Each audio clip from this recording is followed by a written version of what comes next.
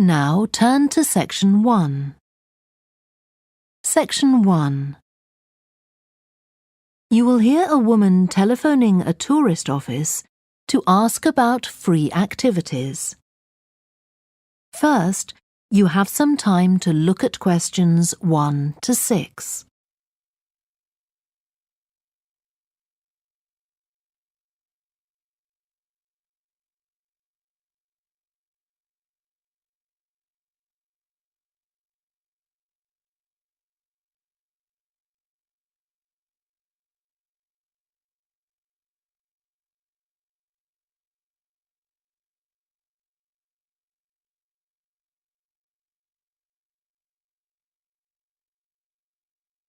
You will see that there is an example that has been done for you.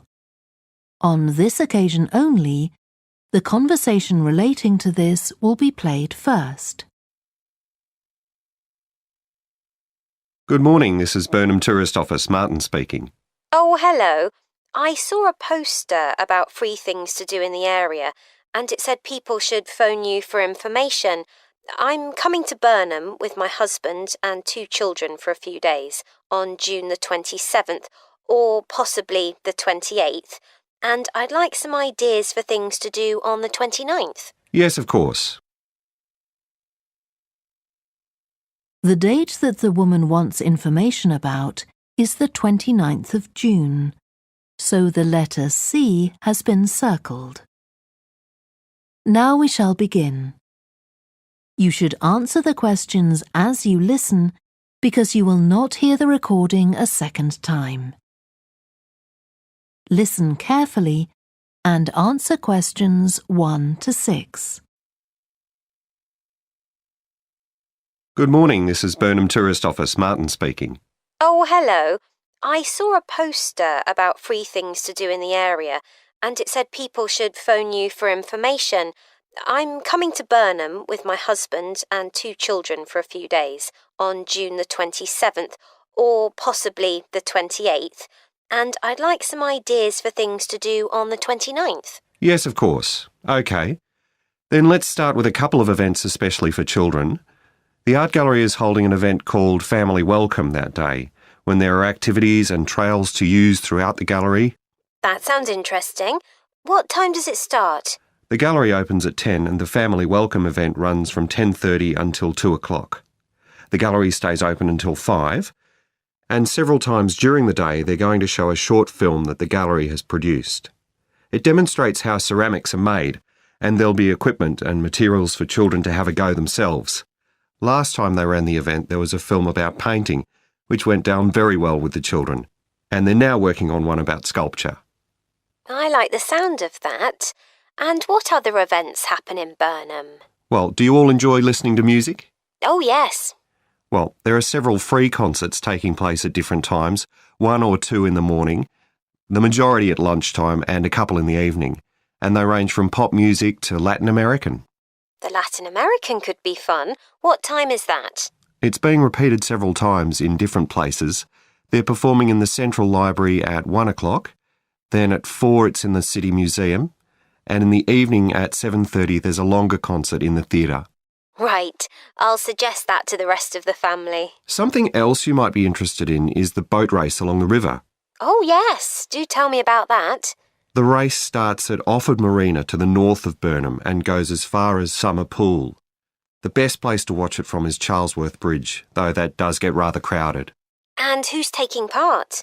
Well, local boat clubs, but the standard is very high. One of them came first in the West of England Regional Championship in May this year. It was the first time a team from Burnham has won. It means that next year they'll be representing the region in the National Championship. Before you hear the rest of the conversation, you have some time to look at questions 7 to 10.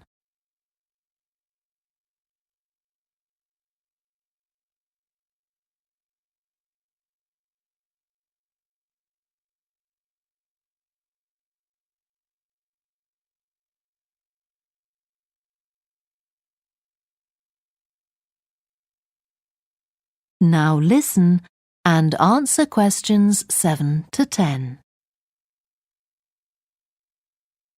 Now, I've heard something about Paxton Nature Reserve.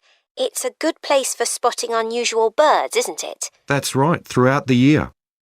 There is a lake there as well as a river, and they provide a very attractive habitat. So it's a good idea to bring binoculars if you have them. And just at the moment you can see various flowers that are pretty unusual. The soil at Paxton isn't very common. They're looking good right now. Right. My husband will be particularly interested in that. And there's going to be a talk and slideshow about mushrooms, and you'll be able to go out and pick some afterwards and study the different varieties. Uh-huh. And is it possible for children to swim in the river? Yes, part of it has been fenced off to make it safe for children to swim in. It's very shallow and there's a lifeguard on duty whenever it's open. The lake is too deep, so swimming isn't allowed there. OK, we must remember to bring their swimming things in case we go to Paxton.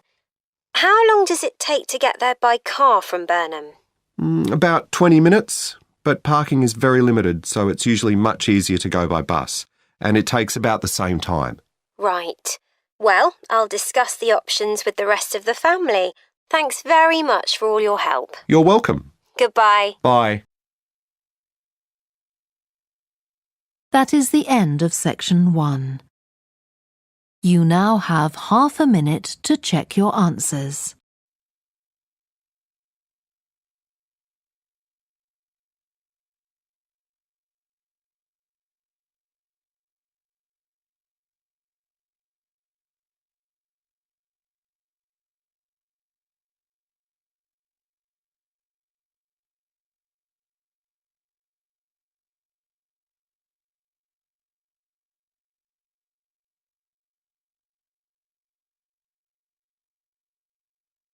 Now turn to section 2. Section 2. You will hear a talk given by a woman called Shona Ferguson about changes in a town called Barford. First, you have some time to look at questions 11 to 15.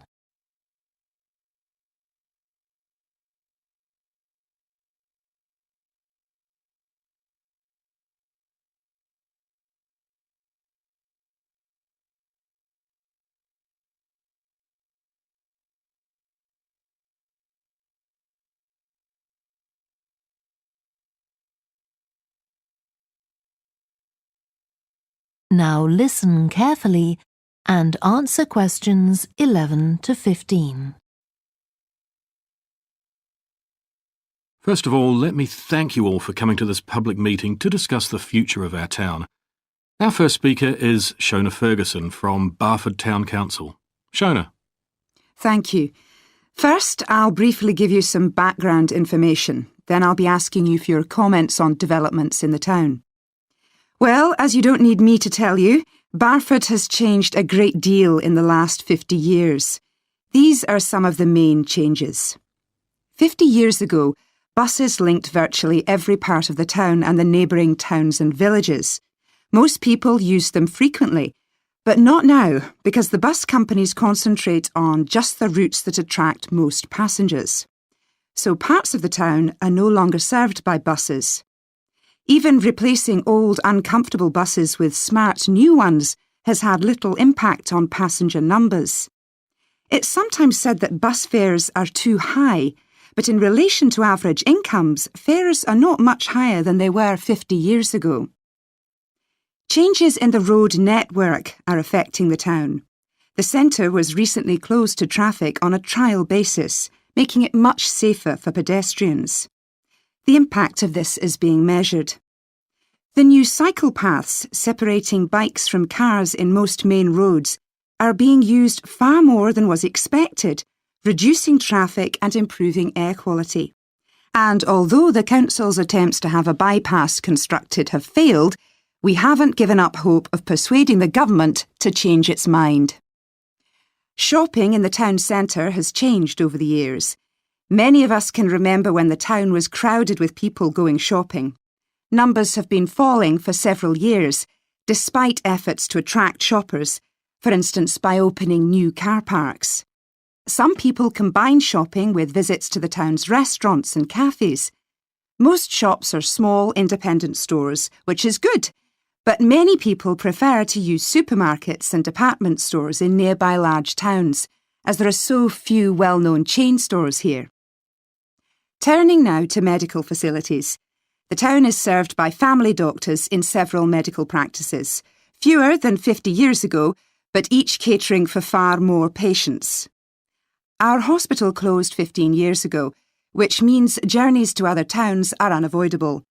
On the other hand, there are more dentists than there used to be. Employment patterns have changed along with almost everything else. The number of schools and colleges has increased, making that the main employment sector. Services such as website design and accountancy have grown in importance, and surprisingly perhaps, manufacturing hasn't seen the decline that has affected it in other parts of the country.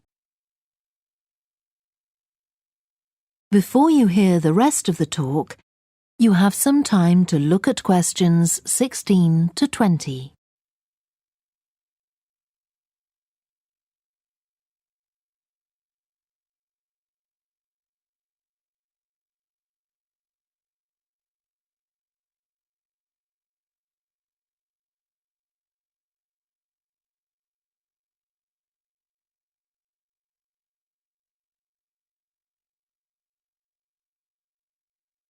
Now listen and answer questions 16 to 20.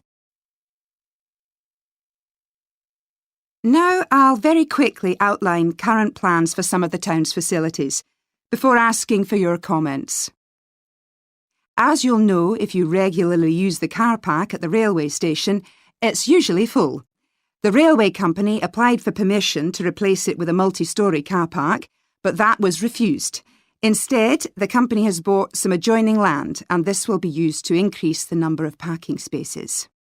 The Grand, the old cinema in the High Street, will close at the end of the year and reopen on a different site. You've probably seen the building under construction. The plan is to have 3 screens with fewer seats rather than just the one large auditorium in the old cinema. I expect many of you shop in the indoor market. It's become more and more shabby looking, and because of fears about safety, it was threatened with demolition. The good news is that it will close for 6 weeks to be made safe and redecorated, and the improved building will open in July. Lots of people use the library, including school and college students who go there to study. The council has managed to secure funding to keep the library open later into the evening, twice a week. We would like to enlarge the building in the not-too-distant future, but this is by no means definite. There's no limit on access to the nature reserve on the edge of town, and this will continue to be the case. What will change, though, is that the council will no longer be in charge of the area. Instead, it will become the responsibility of a national body that administers most nature reserves in the country. OK, now let me ask you if you have... That is the end of section 2. You now have half a minute to check your answers.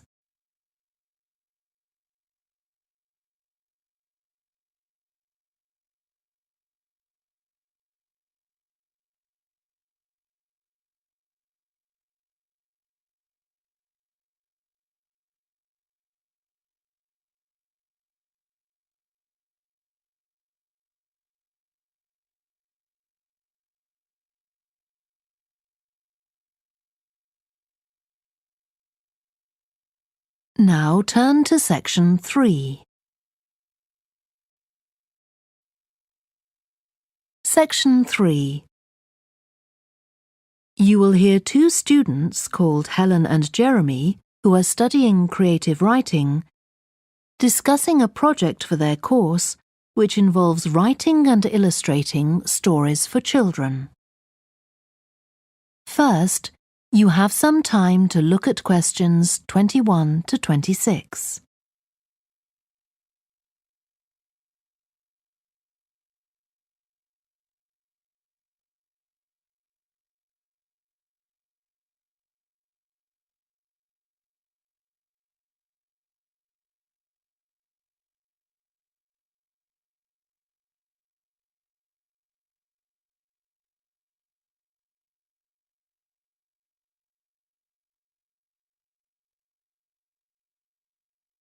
Now listen carefully and answer questions 21 to 26. Hello, Helen. Sorry I'm late. Hi, Jeremy, no problem. Well, we'd better work out where we are on our project, I suppose. Yeah, I've looked at the drawings you've done for my story, The Forest, and I think they're brilliant. They really create the atmosphere I had in mind when I was writing it. Oh, I'm glad you like them. There are just a few suggestions I'd like to make. Go ahead.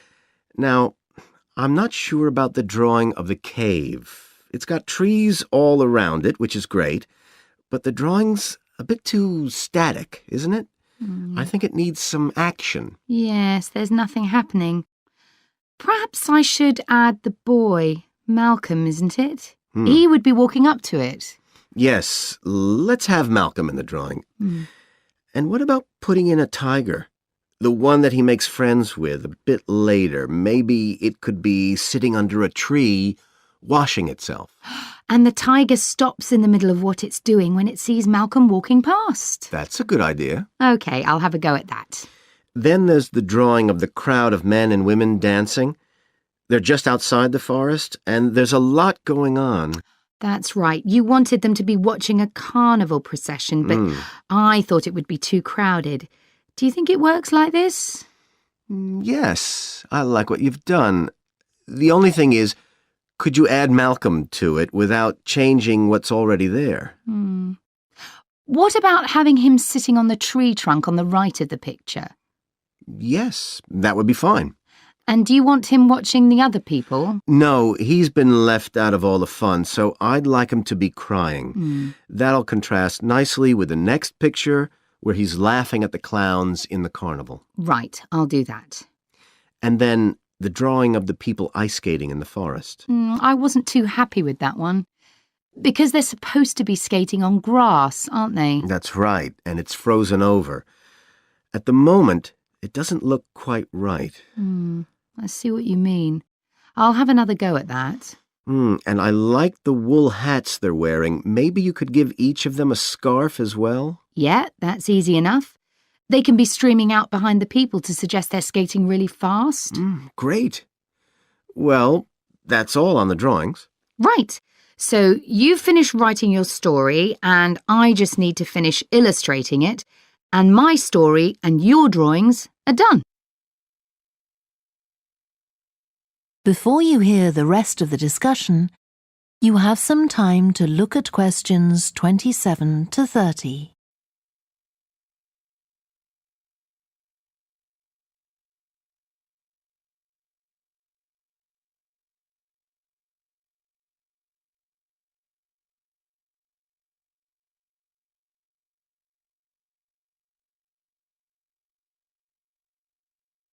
Now listen and answer questions 27 to 30. So the next thing is to decide what exactly we need to write about in the report that goes with the stories and how we're going to divide the work. Right, Helen. What do you think about including a section on how we planned the project as a whole, Jeremy? That's probably quite important. Yeah, well, you've had most of the good ideas so far. How do you feel about drafting something? Then we can go through it together and discuss it. OK, that seems reasonable. And I could include something on how we came up with the ideas for our two stories, couldn't I? Well, I've started writing something about that, so why don't you do the same and we can include the two things? Right. So what about our interpretation of the stories? Do we need to write about what we think they show, like the value of helping other people or that sort of thing? That's going to come up later, isn't it? I think everyone in the class is going to read each other's stories and come up with their own interpretations, which we're going to discuss. Oh, I missed that. So it isn't going to be part of the report at all? No. But we need to write about the illustrations because they're an essential element of children's experience of reading the stories. It's probably easiest for you to write that section, as you know more about drawing than I do. Maybe, but I find it quite hard to write about. I'd be happier if you did it. Okay. So when do you think we can get this ready? That is the end of section 3. You now have half a minute to check your answers.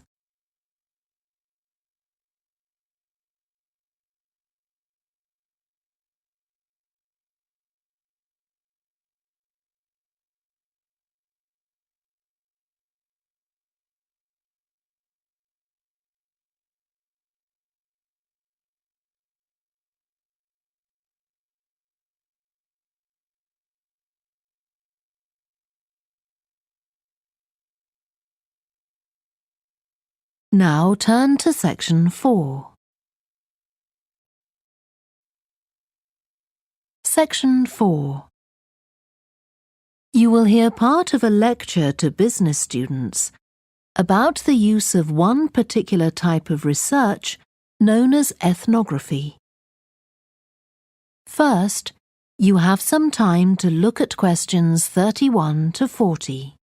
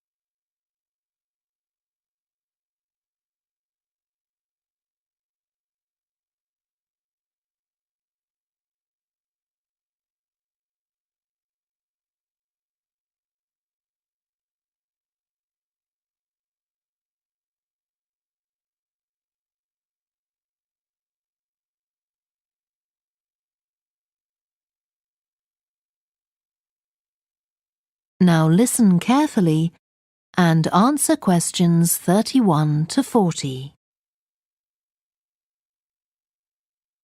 So, what I'm going to talk about to you today is something called ethnography. This is a type of research aimed at exploring the way human cultures work. It was first developed for use in anthropology, and it's also been used in sociology and communication studies. So, what's it got to do with business, you may ask? Well, businesses are finding that ethnography can offer them deeper insight into the possible needs of customers, either present or future, as well as providing valuable information about their attitudes towards existing products. And ethnography can also help companies to design new products or services that customers really want. Let's look at some examples of how ethnographic research works in business. One team of researchers did a project for a company manufacturing kitchen equipment. They watched how cooks used measuring cups to measure out things like sugar and flour. They saw that the cooks had to check and recheck the contents because although the measuring cups had numbers inside them, the cooks couldn't see these easily. So a new design of cup was developed to overcome this problem, and it was a top seller. Another team of ethnographic researchers looked at how cell phones were used in Uganda, in Africa. They found that people who didn't have their own phones could pay to use the phones of local entrepreneurs. Because these customers paid in advance for their calls, they were eager to know how much time they'd spent on the call so far. So the phone company designed phones for use globally with this added feature. Ethnographic research has also been carried out in computer companies. In one company, IT systems administrators were observed for several weeks.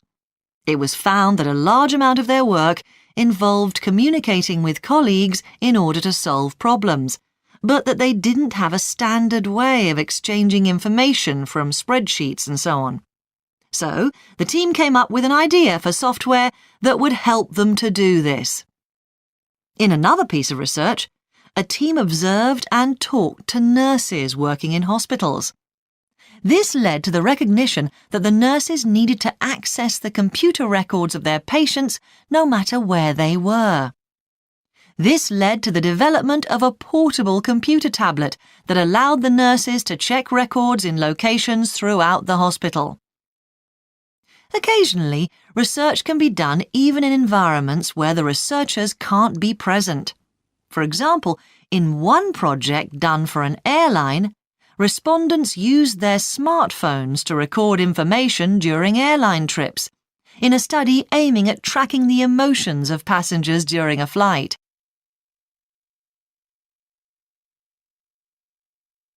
So, what makes studies like these different from ordinary research?